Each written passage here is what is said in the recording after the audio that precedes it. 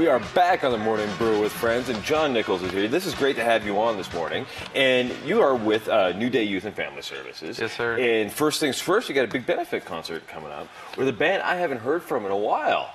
Yeah, Widespread Panic. I'm a big jam band guy, and some friends put me in touch with them. I told them what I was doing, and that this was our 5th annual year to do the benefit, and we're like-minded people. They really do a lot of stuff in their local community, in their local part of the country, as far as giving back. So it's going to be a great night of music. That's great. Well, Widespread Panic is one of the bands, mid-'90s, I guess, is when they really had their heyday. Sure. But they've still been out there. They've been touring. They've been around. They just haven't been here in a while. I don't know if you know how long it's been. It's been 10 years since I've been to Albuquerque. Yeah. Wow. Well, that should be a great show to get everybody back involved. Well, and what's cool is it's, Sandia Amphitheater on a Friday night. Beautiful, one of those beautiful rooms. No question. And it's July 11th, so it's still going to be July 10th. July 10th. Friday, July 10th. And it's still warm out. It's going to be great. It's going to be a good night. Right. That is one of the great spots. So remind us what New Day does. I know you guys work to battle youth homelessness. So how do you guys do that? What are the challenges in Albuquerque right now? Well, the biggest challenge is just the sheer numbers. When I started this benefit concert 5 years ago, we had over 4,000 homeless kids in Albuquerque. Today we have over 8,000. Wow. What's happened? I think it's a lot of things. I think the economy has a lot to do with it, but the numbers of kids that are homeless just keeps increasing. So our charge is basically help those kids. So we work with kids from ages 11 all the way up to 22 years of age. What are the challenges they're seeing? Are they the older kids that are having trouble finding a job, or the younger kids is their parents having trouble finding a job? Where are the big challenges? Where is the need? I think it's all those things. We have a crisis shelter that's been in town since 1976. We were the first crisis shelter for teens in town, and we've been open 24 hours a day, 7 days a week. It's kind of a drop-in shelter, really, right? Yeah, the kids come. They live with us. The first thing we do when they come to us is we just want them to know that they're safe with us. Because until a kid feels safe, you can't really get anywhere with them. And a lot of these kids haven't felt safe. So we make sure they feel safe. We provide counseling services to them. We have a lot of life skills in our Life Skills Academy that we work with the kids. But our number one mission is just to find the most stable environment for them to go to, for a more permanent situation. And a lot of times that's back with family or extended family. But we use, a lot of their services in town. To outsource the kids to. So we use a lot of foster care. There's a lot of other agencies in town that we basically collaborate with these kids. Wow. So how does the kid find you? It's not like you're walking down the street if you're homeless and you can see the Morning Brew. How do you get the word out to the kids that there are services available? In the homeless community for the kids, like we are definitely probably the most popular place in town. As sad as that is to say, but. The kids come to us, the police bring the kids to us, CYFD brings kids to us, the schools bring kids to us. Sometimes we even have families drop their kids off at our front door. Wow. So the kids come to us in a lot of different avenues. And sometimes we'll just have a kid come up and knock on the door. Wow. So with that, you guys need to raise a lot of money.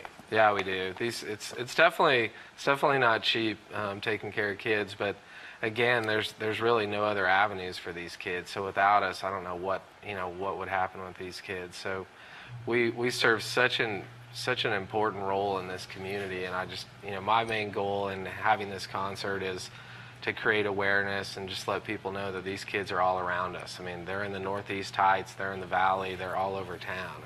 This is a major issue in our society. Right. And I think as the economy it's not quite turning around quite yet, and they need jobs, they need help, they need all of that, right? Exactly. So how did you get involved in this? How did you find New Day and get involved? I had a client that was involved, and I'll never forget, I went and had lunch with him one day, and I told him, I said, hey, I went on this nonprofit board working with kids, and it wasn't New Days. And he got very upset with me that it wasn't New Days. So I resigned from the other board and then went on the New Day board literally the next day. So I'd been helping them financially, but it wasn't until I got involved and then started working with the kids to where I really got involved. And, I just do everything I can to help these kids. But how did you get personally excited about it? I mean, it's a hard thing to get personally excited about people who are in a tough situation. Man, after you meet these kids, you realize they're just kids. I mean, we all have this perception of what a homeless kid is, but I invite everybody in this community to come over to New Day and see what we do. Every month, last night, as a matter of fact, we have a monthly dinner where we invite people from the community to come in and have dinner with our kids. And once you come in and you sit down and you have dinner with our kids, you realize they're no different than any other kids. They just, unfortunately, a lot of times have some really tough circumstances behind them. And there they are in a homeless shelter. But just getting to know the kids, like, that's what really got me involved. Right. And I'm sure you get to see awesome success stories, too. Oh, man. The cool thing is we've had the shelter for years, and now we have a transitional program for the kids that age out of the foster care system. There's 275 kids that age out of the system every year. And we saw some really horrifying statistics about what happens with a lot of those kids. So 2 years ago, we were fortunate to get a grant from the city.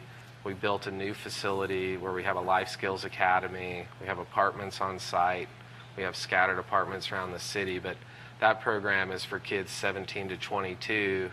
And it's just a program to basically get those kids, teach them what it means to get a job and to interview for a job and just basic life skills. And it's amazing. We see these kids come into our program and 18 months later they leave and they're now members of our community.